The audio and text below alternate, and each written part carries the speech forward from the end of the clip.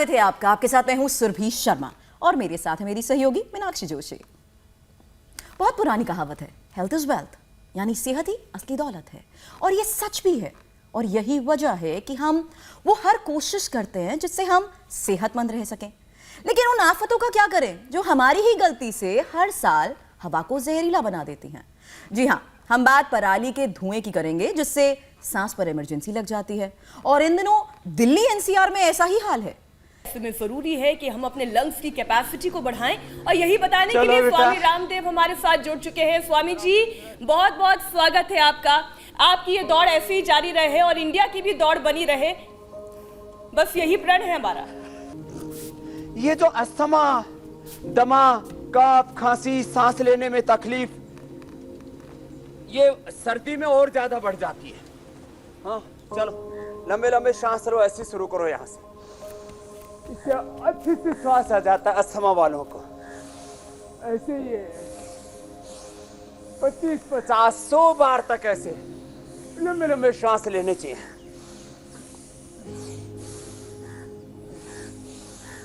पूरा भरिए, माना पूरा ले, दीपिका पूरा लो, ऐसे।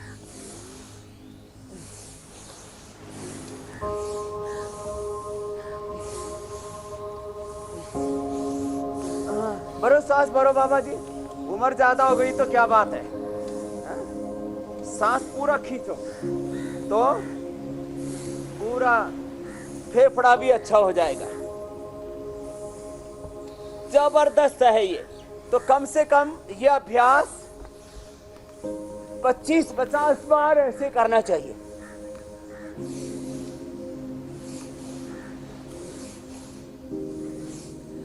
हमारे फेफड़ों के करीब 7 करोड़ जो एल्वोलाइज हैं वो सारे के सारे इससे एक्टिवेट हो जाते हैं। चलो, और कम से कम ये दो थोड़ा योगिक जोगिंग के भी 2 अभ्यास कर लिया करो। सुरभि जी, ये जो चाहे एनसीआर में तो कुछ ज्यादा ही पोल्यूशन बढ़ जाता है।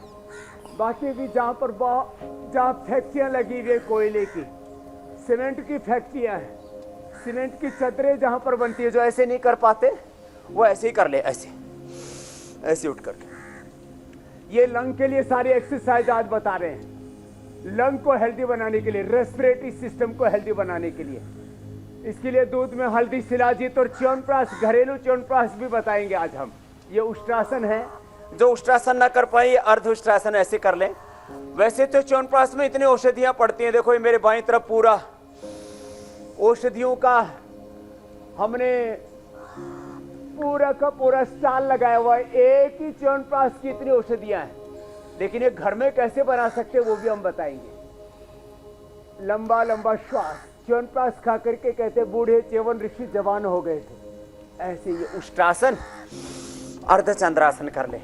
उष्ट्रासन, अर्धउष्ट्रासन, अर्धचंद्रासन।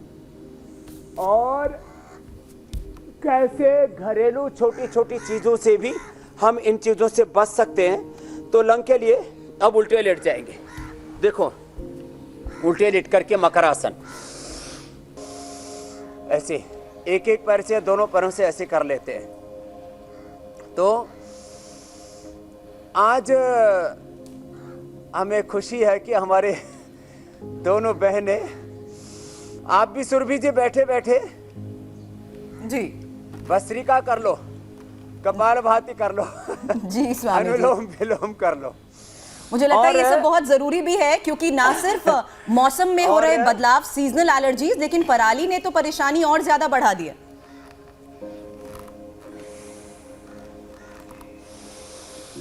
पराली में एयर पोल्यूशन का जो लेवल है वो इतना ज़्यादा हो जाता है कि जो अस्थमा वाले हैं उनको हॉस्पिटलाइज होना पड़ता है। कितने लोग हैं जिनको मैं खुद जानता हूं जो मुझसे बोलते हैं, स्वामी जी जैसे ही ये पराली का वक्त आता है और उसी समय दीपावली का भी वक्त आता है, ये दीपावली से और पराली के समय फिर ये पोल्यूशन का लेवल इतना बढ़ जाता है कि हमको हॉस्पिटलाइज होना पड़ता है 1-1 सप्ताह, 2-2 सप्ताह। स्टीरॉयड लेने पड़ते हैं, नेबुलाइजर लेने पड़ते हैं, पंप लेने पड़ते हैं, तब भी हालात खराब रहती है। आज इसका पूरा उपचार बताएंगे। साथ में हार्ट की प्रॉब्लम भी बढ़ जाती है सर्दी के अंदर। तो हार्ट की प्रॉब्लम के लिए तो हमने बताया हुआ है, प्राणायाम ज्यादा करें, अर्जुन की छाल दालचीनी मिला करके काढ़ा पिए और हृदयामृत 2-2 हृदयामृत 2-2 गोली सुबह दोपहर शाम खा लें, अर्जुना रिस्ट पी लें। बहुत ही ज़्यादा हार्ट वीक है क्योंकि हार्ट की बीपी की प्रॉब्लम भी बहुत बढ़ती है इस समय, और उनको भी समान रूप से खतरा बना रहता है। तो वे जिनका इजेक्शन फ्रैक्शन कम है तो संगे 100 पिष्टी, अकीक पिष्टी, जहर मोरा पिष्टी 10-10 ग्राम, 2 से 4 ग्राम मोती पिष्टी और योगेंद्र से 1 से 200 ग्राम मिला करके 60 पुड़िया बना के सुबह शाम एक पुड़िया खा ले। तो हार्ट के पेशेंट को ये 10 से 20 बार करना है। ऐसे ही स्किन की प्रॉब्लम बहुत ज्यादा होने लगती है। पोल्यूशन का असर खाली लंग पर ही नहीं पड़ता, हमारी स्किन पर भी पड़ता है। तो स्किन पर सामान्य रूप से एलोवेरा जेल तो हमने बता ही रखा है, लेकिन एलोवेरा के साथ में यदि नीम मिला देते हैं, नीम है, हल्दी है, अपामार्ग है, उसमें अमलतास है, मेहंदी है, ये सप्तपर्णी है, जो जिसको जितना उपलब्ध हो पाए। तो एलोवेरा में नीम है, हल्दी है, अपामार्ग है, सप्तपर्णी है, मेहंदी है, कलेरिक, अमलतास है, ये सब पत्तियां मिला करके समान रूप से ले ले। माने 100 ग्राम एलोवेरा है तो बाकी ये सारी चीजें 10-10, 20-20 ग्राम ले करके स्किन के ऊपर लगा लेंगे तो स्किन की प्रॉब्लम बिल्कुल खत्म हो जाएगी। स्किन की किसी भी प्रकार की एलर्जी नहीं होगी, रैशेस से लेकर के, और किसी को तो स्किन एलर्जी इतनी खतरनाक होती है, काले काले धब्बे, किसी को तो सोराइसिस में, किसी को लिकोडर्मा में वो तब्दील हो जाती है। और एलोवेरा जूस पिए। तो 2 तो बता दिया, आप कुछ पूछ रहे थे, फिर आगे हम कैंसर का भी खतरा बहुत बढ़ता है पोल्यूशन से, उसके बारे में भी बताएंगे। आप कुछ पूछ रहे थे, सुरभि जी पूछ लो आप। बस एक सवाल सुरभि, फिर आप भी ये टॉपिक लीजिएगा। जब हम भुजंग आसन करते हैं स्वामी जी, तो जो अस्थमा के मरीज हैं, क्या वो भी तेज रफ्तार में कर सकते हैं या उन्हें धीरे धीरे ही करना चाहिए? जिनको अस्थमा है पहले तो उनको धीरे धीरे करना चाहिए और बाद में गति बढ़ानी चाहिए, और 25, 50, 100 बार तक वो जब कर लेंगे तो अस्थमा क्योर हो जाएगा। एक बड़ी बात मैं बता रहा हूं, ये शलभासन, फिर ये धनुरासन भी। एलोपैथी में कहा जाता है दमा दम के साथ जाएगा। मैं कहता हूं दमा हो, अस्थमा हो, कफ हो, एलर्जी को, कोई भी किसी भी प्रकार के साइटिस हो, एलर्जिक राइनाइटिस हो, अभी आप सर्कोडाइटिस, ये बड़ी प्रॉब्लम है, ये तो कैंसर में तब्दील हो जाती है, जो बिटिया का मैंने बताया था। ये प्रॉब्लम क्योर हो जाती है। श्वास भर के करते हैं इसको, पूरा श्वास भरा, फिर ऐसे दोनों तरफ से खींचा। खींचो बच्चों, बड़े भी कर रहे हैं, बड़ी उम्र वाली माताएं भी है, वो भी लगी पड़ी है यहाँ। खाली बेटियां ही नहीं है यहाँ सांस जो बन चुकी है वो भी है। सांस तो बन गई लेकिन सांस लेने में दिक्कत हो रही है। सांसों के कारण ही दिल धड़कता है, फेफड़े अच्छी तरह काम करे तो पूरा सिस्टम अच्छी तरह प्रोसेस करेगा। स्वामी जी, एस्थमा के पेशेंट्स, ब्रोंकाइटिस के पेशेंट्स की तो आपने बात की, लेकिन हार्ट पेशेंट्स को भी क्या खास एहतियात बरतने चाहिए? जो अभी मैंने बताया, हार्ट वालों को तो बता दिया था। अर्जुन की छाल, दालचीनी का काढ़ा पिए, हृदयामृत 2-2 गोली खा ले, अकीक पिष्टी, संगे 100 पिष्टी, जहर मोरा पिष्टी 10-10 ग्राम, सीधे लेट करके मरकटासन कर रहे हैं। मोती पिष्टी 2 से 4 ग्राम, 1 से 2 ग्राम योगेंद्र रस खाली पेट ले ले। तो हार्ट का इजेक्शन फ्रैक्शन चाहे कम हो, चाहे जो है blood pressure low and high होता हो, चाहे ब्लॉकेज हो, सब उससे ठीक हो जाएंगे। तो मैंने कहा ये इस सर्दी के अंदर बीपी और हार्ट की प्रॉब्लम भी बढ़ती है, स्किन का भी के ऊपर भी असर होता है और कैंसर पर भी होता है। तो हार्ट का और स्किन का तो मैं बता चुका हूँ। स्किन वाले भी यदि बहुत ज़्यादा स्किन की प्रॉब्लम जिनको होती है, स्किन एलर्जी होती है, तो वो एलोवेरा जूस पीने के लिए भी, बाहर लेप लगाने के लिए तो मैंने बताया ही, वो पीने के लिए एलोवेरा जूस, कायाकल्प और नीम घनबटी सुबह शाम खाली पेट ले लेते हैं। नीम, कायाकल्प, गिलोय, ये तो जबरदस्त चीजें जिनका इतना प्रचार किया हमने। ये मरकटासन, ये लंग के लिए भी बहुत अच्छे, लंबे लंबे सांसों के साथ करने से, और ये स्पाइनल कोड के लिए भी बहुत अच्छे हैं। अब बच जाती है हार्ट और स्किन के बाद में कैंसर के पेशेंटों के लिए भी ये धुआं मौत बन करके आता है। एक तरफ लंग कैंसर है, ब्लड कैंसर है, ब्रेस्ट कैंसर है, कितने प्रकार के कैंसर, और ऊपर से पराली का धुआं और आ जाए, पोल्यूशन और बढ़ जाए, जितने भी ये किसी भी कारण से पोल्यूशंस होते हैं, ये सर्दी की ऋतु में, वर्षात में तो नीचे फिर पानी उनको नीचे ले आता है, गर्मी में ये पोल्यूशन थोड़ा डाइल्यूट होता रहता है, ये घनीभूत हो जाता है कोहरे के अंदर। जब हवाएं तेज नहीं चलती हैं, और वाष्पीकरण पूरा नहीं हो जाता तो नीचे इसकी परत जम जाती है पूरे वातावरण में पोल्यूशन की। मरकट आसन, पवन मुक्त आसन, उत्तान पादासन, नौकासन, ये तो सबको कर लेना चाहिए। बैठ करके भी 2-3 आसन और बताएंगे, फिर प्राणायाम बताएंगे। और ये जो 7 चीजें हम बताते हैं सुबह सुबह, गोधन अर्घ के साथ साथ नीम, तुलसी, हल्दी, एलोवेरा, व्हीट ग्रास। मैंने व्हीट ग्रास बोला था, नवरात्र में जो 9 दिन बोया था वो एक एक दिन काटते जाए और उसमें नया बोते जाए, 9 दिन में नया जवारा हो जाएगा। हमने तो पूरा खेत में ही बो रखा है, क्यारियां बना रखी, क्योंकि हमारे यहाँ तो हजारों की संख्या में रोगी होते हैं। पवन मुक्तासन, उत्तान पादासन, श्वास भर के देखो। हम बीमारियां ठीक करते हैं, एक साथ में सैकड़ों बीमारियां ठीक करने का दावा ही नहीं करता।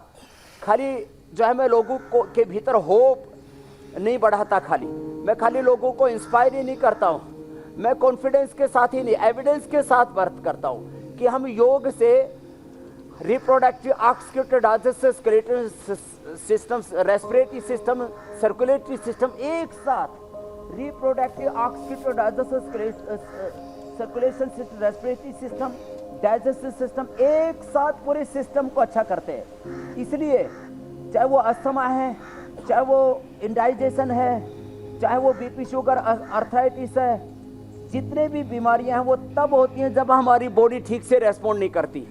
हमारे भीतर के केमिकल सोर्स, हार्मोन्स का इम्बैलेंस होता है, बॉडी, माइंड, थॉट, इमोशंस में कहीं बैलेंस बिगड़ता है। तो योग से पूरी बॉडी, पूरा माइंड, सब कुछ, mind, body, thoughts, emotions, energy सब एकदम लेवल में आ जाते हैं, ऑर्डर में आ जाते हैं। इसलिए सारे डिसऑर्डर दूर होते हैं। तो पवन मुक्तासन, उत्तान पादासन, नौकासन, सेतु बंधासन, पादांगुष्ठन, आसास प्रशासन भी अब तो मीनाक्षी जी भी बहुत अच्छा करने लग गई है। ये भी आसन बहुत अच्छा है जो अभी हम कर रहे हैं। सेतु बंधासन ये कमर के लिए भी अच्छा है, यूट्रस और एनएस किसी का प्रोडक्ट होता है उसके लिए भी अच्छा है जी स्वामी जी। ये अस्थमा के लिए भी बहुत अच्छा है। बाकी बैठ करके भी ऐसे कर सकते हैं। देखो ये ऐसे जो खड़े होकर के कर रहे हैं। स्वामी जी, योगासन तो ये जारी रहेंगे, ये क्रियाएं सभी करते रहें, लेकिन इस बीच कुछ सवाल भी हम ले लेते हैं। इस वक्त निशा सांघवी का एक सवाल है और उनका ये कहना है कि स्थिति उनकी ऐसी है कि वो ऑक्सीजन पर डिपेंड करती हैं। भस्त्रिका या कपालभाति के साथ गोमुखासन एक तरफ से और दूसरी तरफ से कर ले, है ना, जितना जिससे बन पाए। जो पैर ऊपर वही हाथ ऊपर लेना बेटा। अब ये हाथ ऊपर लो और दूसरा पीछे से लो और ऐसे करें। अब ये मैंने इस बेटी का ठीक किया इसलिए लाइव एग्जांपल दे रहा हूँ। एक तो रोज प्राणायाम कराते हैं, भस्त्रिका 5 से 10 मिनट, कपालभाति अभी तो आसन में करवा दे रहे, गोमुख आसन में से और फेफड़े खुल जाते हैं पूरे। ये फिर कपालभाति, फिर अनुलोम विलोम। एक ऐसे बैठो, आराम से बैठो, वज्रासन में बैठो। और ये उत्तान कोरम आसन, ऐसे दाएं से बाएं, बाएं से दाएं हाथ को ऐसे पीछे से कंधे को पकड़ो, ऐसे पीछे कंधे के ऊपर लेके आओ और ऐसे करो, ऐसे। और इसमें लंबे लंबे श्वास लेते रहे, भस्त्रिका करें। ये तो अभ्यास बता रहे हैं हम, गोमुखासन, ये उत्तान कोरमासन, और नहीं तो ऐसे आराम से बैठो बेटा। मेन है प्राणायाम। इसको चाहे ऐसे कर लें, चाहे ऐसे श्वास भर ले। हाँ करो बेटा। तुम बहुत ही ज्यादा धुआं बढ़ जाए तब तो अपने घरों में योग करें, लेकिन थोड़ा बहुत धुआं बढ़ने में कोई दिक्कत नहीं। आपके लंग यदि मजबूत होते हैं और आप एक्सरसाइज करते हैं तो आपके लंग अपने आप जो है वो धुएं से लड़ भी सकते हैं। और जो आपके भीतर जमा हुआ धुआं है, यहाँ तक कि बाहर वाला तो जमेगा ही नहीं, जब छोड़ते हैं तो अंदर वाला जमा हुआ अभी बाहर निकल जाता है।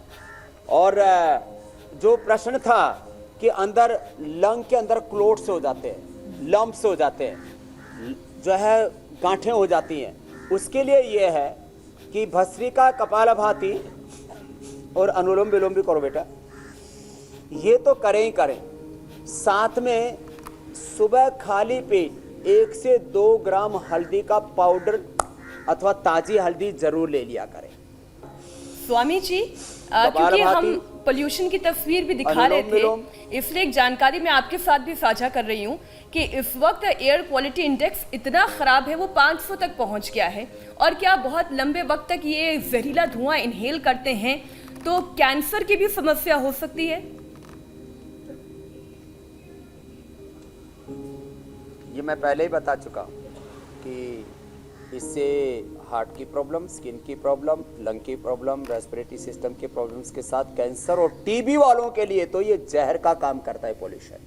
जो आप पोल्यूशन इंडेक्स की बात कर रहे हैं, तो कैंसर वालों को भी मैं तो कहता हूँ 1-1 घंटा उनको यह अनुलोम विलोम करना चाहिए।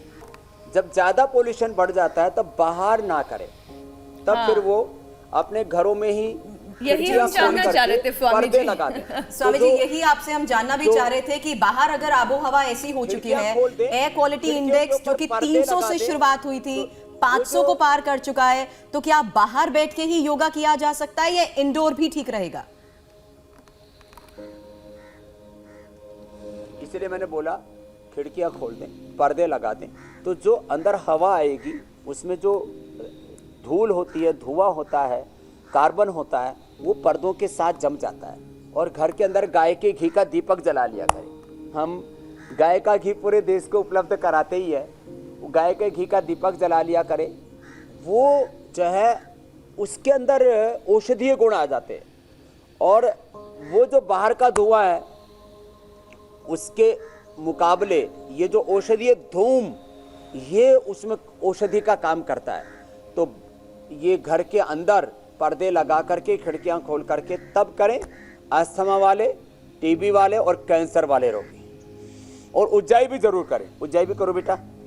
ये कफ अस्थमा के लिए, जिनको भी सांस लेने की तकलीफ है उनको, फेफड़ों के लिए और उनके गले के लिए जबरदस्त काम करता है।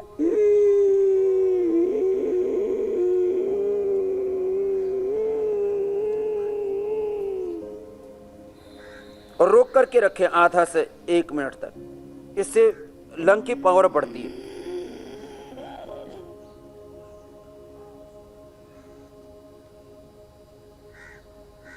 फिर दाएं को बंद करके बाएं से छोड़ें। ये 11 से 21 बार करें ऐसे। पूरा भरा, रोक करके रखा, और आधा से 1 मिनट रोकने के बाद दाएं को बंद करके। स्वामी जी, पोल्यूशन की वजह से जिनका गला खराब हो रहा है, ये उसमें भी फायदा होगा? और जिनकी आंखों में जलन हो रही है उनके लिए क्या सलाह है? जबरदस्त उसमें। हाँ, अब देखो आंखों में जलन होती है, उसके लिए तो हमने त्रिफला पानी से आई वॉश करने के लिए भी बोला हुआ है। दृष्टि या सौम्य आई ड्रॉप भी डालने के लिए बोला हुआ है। घर में भी 1 चम्मच सफ़ेद प्याज का रस, 1 चम्मच अदरक का रस, 1 चम्मच जो है नींबू का रस और 3 चम्मच शहद उसमें मिला दें, और ये 1-1 बूंद आंख में डालें। सुबह सूर्य का त्राटक भी करो और जलनेति करे तो जबरदस्त फायदा होता है। आंखों की कोई प्रॉब्लम रहेगी ही नहीं। हाँ, पानी जरूर 3 लीटर जरूर पिए। जिनको कफ, अस्थमा, कोल्ड, अर्थराइटिस है, ओबेसिटी है, कॉन्स्टिपेशन है, उनको गर्म पानी ही पीना चाहिए। तो ये आंखों के लिए मैंने बता दिया। हाँ, एक बात और बता देता हूँ, जिनका भी पेट खराब रहता है उनको भी ये प्रॉब्लम बढ़ती है, इसलिए पेट ठीक करना भी जरूरी है। उसके लिए रात को त्रिफला चूर्ण ले ले, और सर्दियों के अंदर लौकी का जूस न पिए। लौकी का जूस हम हर बार बताते हैं, लेकिन आज मैं बता रहा हूँ, लौकी का जूस ना पिए अस्थमा वाले, वो लौकी का सूप पिए। इसलिए लौकी का सूप हमने बताया है। ये लौकी कल्प जो है अस्थमा वालों के लिए, हार्ट वालों के लिए, अर्थराइटिस वालों के लिए। यूरिक एसिड भी कम हो जाएगा, लेकिन सूप बना के पीना। सर्दियों में इसका जूस पीने से किसी को फिर ठंडक होती है ना, तो उससे कफ बढ़ जाता है और दर्द बढ़ जाता है। तो ये थोड़ी सावधानी भी रखें। कोई बात ये नहीं। योग अभ्यास इसी तरह से जारी किए हुए हैं, और इस बीच बहुत जरूरी है कि अगर सही ढंग से योग का अभ्यास किया जाए तो चाहे मौसम में बदलाव हो या बाहर के वातावरण की वजह से अगर आपको दिक्कत हो, तो योग अभ्यास के जरिए ये इलाज संभव है।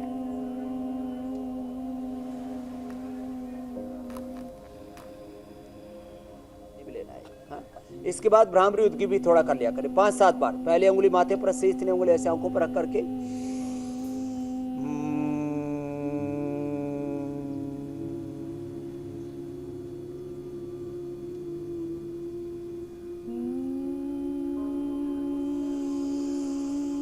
ऐसे 3 से 5 बार भ्रामरी और 3 से 5 बार उद्गीत।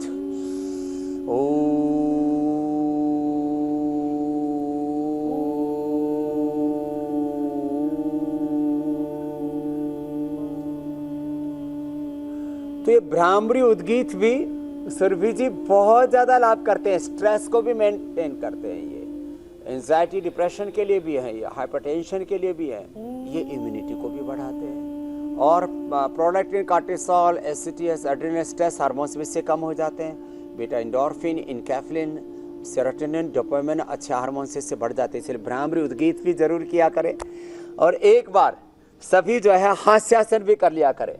एक बार से हाथ उठा कर क्या हंसो फिर से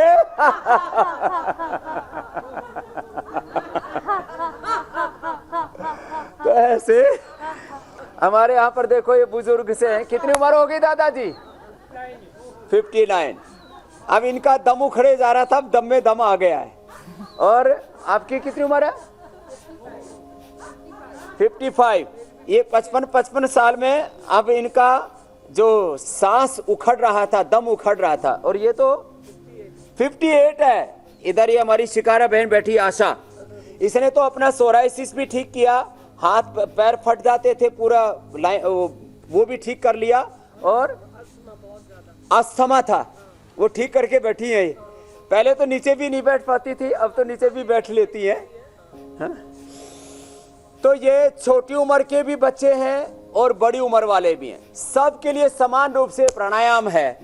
और दूध अकेला ना पिए, अकेला दूध कब करता है। घी भी ना खाएं जी, घी जो है ना खाएं, दूध में जो है केसर डाल लें, दूध में थोड़ा सा हल्दी उबाल लें, दूध में थोड़ा सा एक छोटी पीपल आती है उसको उबाल करके ले लें, दूध के साथ थोड़ा च्यवनप्राश ले लें, या दूध में दिव्य पे उबाल करके ले लें, तो फिर दूध दिक्कत नहीं करेगा।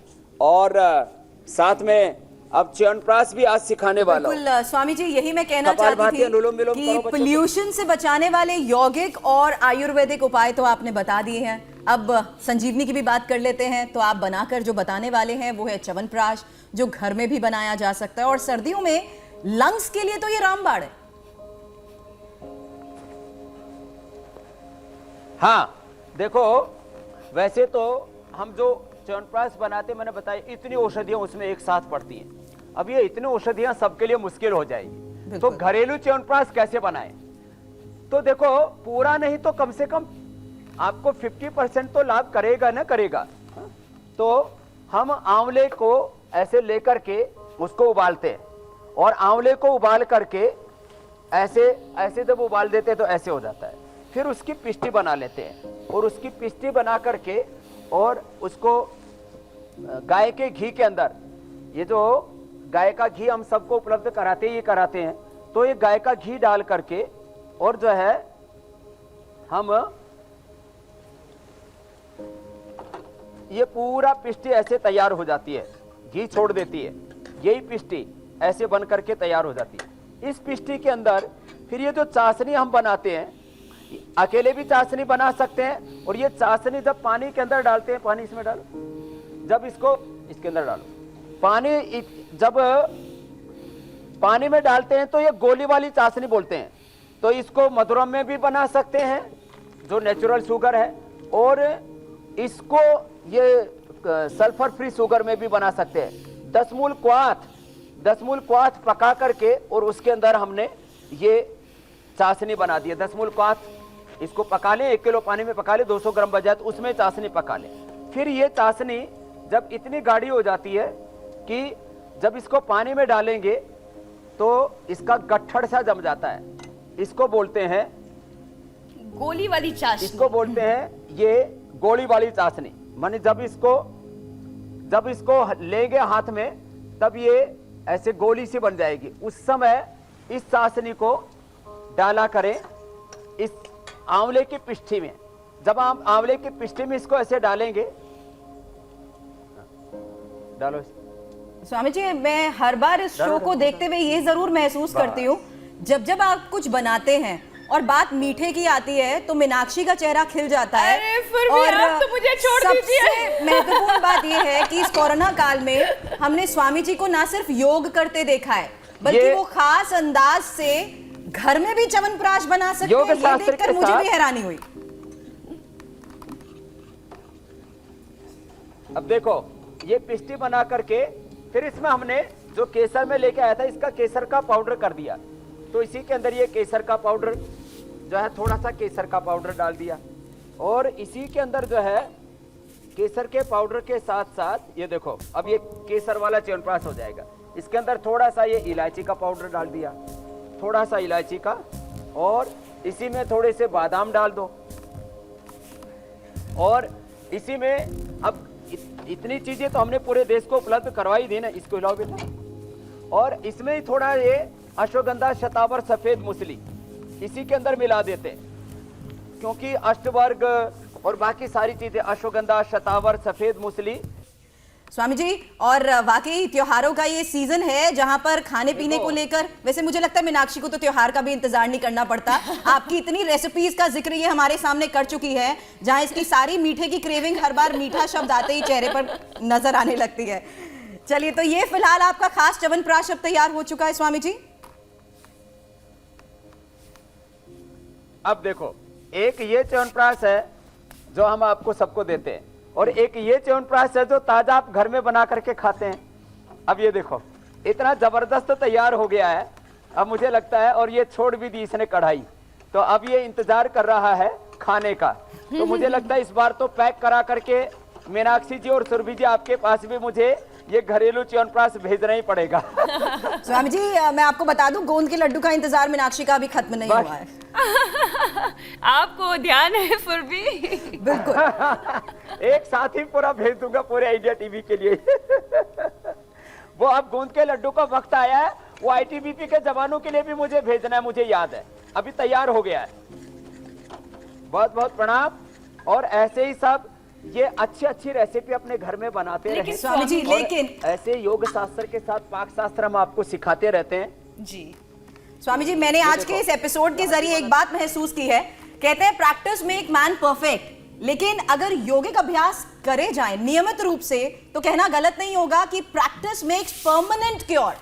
बहुत बहुत शुक्रिया आज आप हमारे साथ जुड़े, और मीनाक्षी आपका भी शुक्रिया, क्योंकि आप ही के जरिए लोग भी ये देख पाते हैं कि एक आम व्यक्ति भी कितने सरल तरीकों से योग कर सकता है। इसको गाय के घी में थोड़ा सा जीरा और थोड़ा अजवाइन डाल करके भून लिया करें उसको, और फिर उसके अंदर ये लौकी का सूप बना के, लौकी का सूप और ये गोल्डन मिल्क और च्यवनप्राश तैयार है। बहुत बहुत प्रणाम। कल फिर दोबारा मिलेंगे नए योग अनुष्ठान के साथ।